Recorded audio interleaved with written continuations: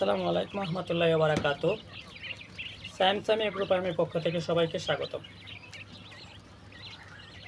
আমাকে অনেক দিন যাবত অনেক মানুষ অনেকভাবে মেসেঞ্জারে নক করে যাচ্ছেন যে কীভাবে বোর্ডিং করবেন, এবং একদিনে বাচ্চা নিতে তারা ভয় পাচ্ছেন যে নেওয়ার পরে কীভাবে বোর্ডিং করবেন যদি বাচ্চা মারা যায়। তো আমি এই বিষয়টা আজকে ক্লিয়ার করব যে যারা একদিনে বাচ্চা নিতে ভয় করে নিয়ে বোর্ডিং করবে কীভাবে, সেগুলো অনেক কিছু মনে করে। তো তাদের জন্য আমি আজকে দেখাবো যে কীভাবে আপনারা বোর্ডিং করবেন, সেটা দেখলে পরে বুঝতে পারবেন এবং অবশ্যই খুবই সহজ মনে করবেন যে সেটা বোর্ডিং করাটা। তো আজকে আপনাদের জন্য এই ভিডিওটা করা। আশা করি আপনারা সবাই এই ভিডিওটা শেষ পর্যন্ত দেখবেন, আর শেষ পর্যন্ত না দেখলে আপনারা বুঝতে পারবেন না যে কীভাবে বোর্ডিং করবেন। তো গাইস, ভিডিওটা লম্বা করব না করে আমরা চলে যাই বোর্ডিং ব্যবস্থাপনায়। কী করবো, বোর্ডিং কীভাবে করব। তো আপনাদেরকে বলে রাখি, বোর্ডিংয়ের তিনটা দিক। একটা হলো তাপ, খাবার ব্যবস্থাপনা, এরপরে মেডিসিন ব্যবস্থাপনা। তো আমরা প্রথমে শুরু করতে চাচ্ছি মেডিসিন ব্যবস্থাপনাতে। মেডিসিন কিন্তু 1 থেকে 7 দিন তেমন একটা মেডিসিন লাগে না। আমরা 1 থেকে 7 দিন, আমি যে কাজটা করি 1 থেকে 7 দিন একটা মেডিসিন ইউজ করি আমি। সেটা হচ্ছে আপনাদেরকে দেখানোর চেষ্টা করছি। এই যে এই লাইসোবিট, আমি এই লাইসোবিটটা 1 থেকে 7 দিন ব্যবহার করি। এটা দেওয়ার নিয়ম হচ্ছে 1 লিটার পানিতে 1 গ্রাম, এবং এটার মূল্য হচ্ছে 85 টাকা। এটা দিয়ে আপনি 300 থেকে 500 পাখি বোর্ডিং করতে পারবেন। তো আমি এই মেডিসিনটা 7 দিন ইউজ করি। আরও অন্যান্য মেডিসিন আছে যেগুলো দিতে পারেন আপনারা চাইলে। এবং এরপরে যে দ্বিতীয় বিষয়টা, সেটা হচ্ছে খাবার ব্যবস্থাপনা। খাবারটা আমি এই যে আপনারা দেখতে পাচ্ছেন, এই খাবারটা ব্রয়লার স্টার্টার, যে খাবারটা বাজারে কিনতে মিলে ব্রয়লার স্টার্টার, এই খাবারটারে আমি আনার পরে এইভাবে গুঁড়া করে মিশ্রণ করে 1 থেকে 7 দিন এই খাবারটা দিয়ে থাকি। তো আপনারা পেয়ে গেলেন মেডিসিন এবং খাবার ব্যবস্থাপনা। এখন বাকি রইল বোর্ডার ব্যবস্থাপনা, মানে জায়গা ব্যবস্থাপনা এবং তাপের ব্যবস্থাপনাটা কিভাবে রাখবেন। তো আমরা চলুন দেখে আসি যে কীভাবে বোর্ডার ব্যবস্থাপনাটা রাখবেন এবং তাপ কীভাবে দেবেন। তো গাইস, বোর্ডিংয়ের যে 3 নম্বর বিষয়টা, সেটা হচ্ছে তাপ কীভাবে দেবেন এবং কীভাবে বোর্ডারটা রেডি করবেন। তো গাইস, আপনারা দেখতে পাচ্ছেন যে একটি বোর্ডার কিন্তু আমি অলরেডি রেডি করে রাখছি। এইভাবে আপনারা একটা বোর্ডার রেডি করবেন। তো বোর্ডারটা রেডি করার সময় আপনারা কতটুকু জায়গা নেবেন, এই যে আমি চিক্কার দিকে গোল করে একটা রাউন্ড শিট নিলাম। আপনারা চাইলে সেখানে কার্টুন বা যেটা পারে সেটা ইউজ করতে পারে, তবে গোলাকার করার চেষ্টা করবেন। এটার মাপটা নেবেন 4 ফুট বাই 4 ফুট। এর মধ্যে 300 থেকে 500 বাচ্চা আসবে, মানে 4 ফুট বাই 4 ফুট। এইভাবে লম্বায় 4 ফুট বাই 4 ফুট হলেই 300 থেকে 500 বাচ্চা আসবে। এটা হলো আপনার জিগ কাট। এবং নিচে কী দিবেন, নিচে প্রথম অবস্থায় আমি যেটা করি, আপনারা প্রথম 3 দিন এইভাবে সুতি কাপড় বা পাড়ের সালা দিয়ে দেবেন 3 দিন পর্যন্ত। পেপার দিবেন না, কারণ পেপার দিলে বাচ্চা প্রতিবন্ধী হওয়ার সম্ভাবনা থাকে বেশি, কারণ পেপারে বাচ্চার পা স্লিপ করে, যে কারণে প্রতিবন্ধী হয়। তো এইভাবে আপনারা একটা কাপড় দিয়ে দেবেন 3 দিন পর্যন্ত। তারপরে ধানের কুড়া বা অন্য কিছু দিতে পারবেন।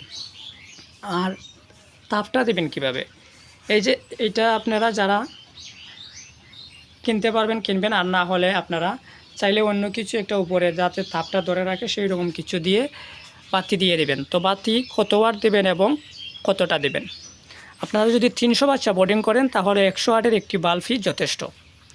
আর যদি 1000 পিস বাচ্চা হয় তাহলে 60টি বাতি দেওয়ার চেষ্টা করবেন। আমার এখানে 1000 বাচ্চা আছে, আমি এখানে 100 ওয়াটের 4টি বাল্ব ব্যবহার করতেছি আর কি। আর হলো আপনাদেরকে পানিটা কীভাবে দেবেন, এই যে পানিটা গোলার পরে অবশ্যই আপনারা এইভাবে বাজারে কিনতে মিলে এই ছোটো পানির পাত্রগুলো দিতে হবে আপনাদেরকে।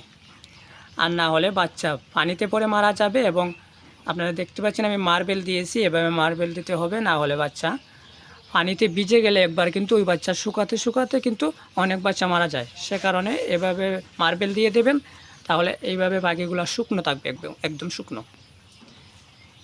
এই হলো বোর্ডিং ব্যবস্থাপনা আপনাদের। এটা এই তাপটা আমরা 5 থেকে 7 দিন দিয়ে থাকি। এখন যদি প্রথম 3 দিনই বেশি লাগে, পরে যখন দিনে গরম থাকে তখন দিনে লাইটের প্রয়োজন পড়ে না, রাত্রেই প্রয়োজন।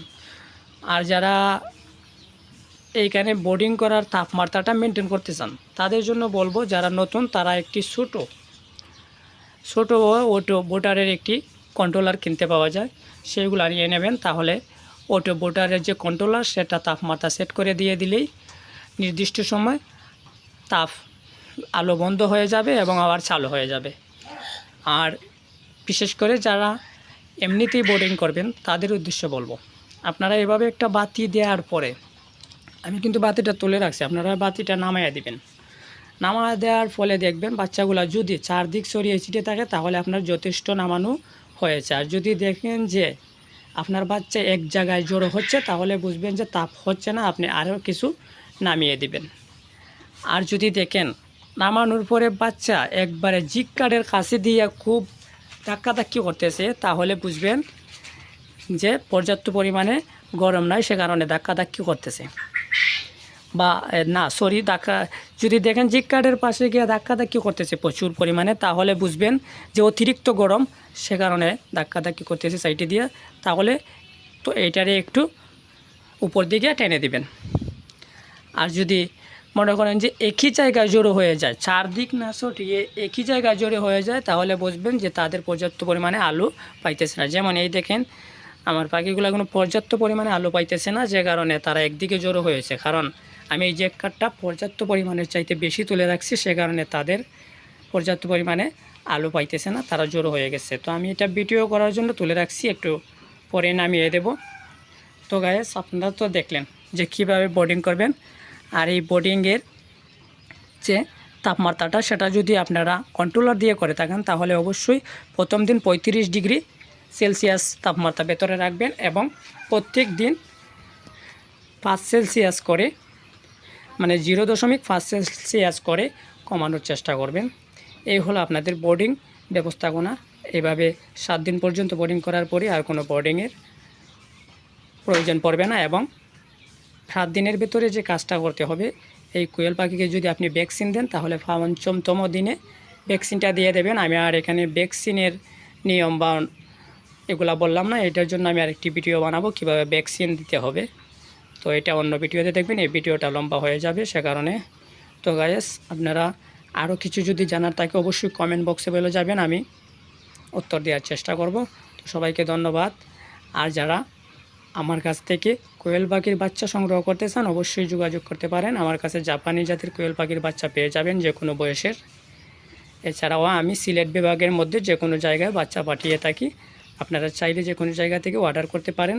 ক্যাশ অন ডেলিভারিতে শুধু ডেলিভারি চার্জটা আগে দিয়ে বাচ্চা হাতে পেয়ে যাবেন আপনাদের ঠিকানায়। তো গাইস ধন্যবাদ সবাইকে। আসসালামু আলাইকুম ওয়া রাহমাতুল্লাহি ওয়া বারাকাতুহু।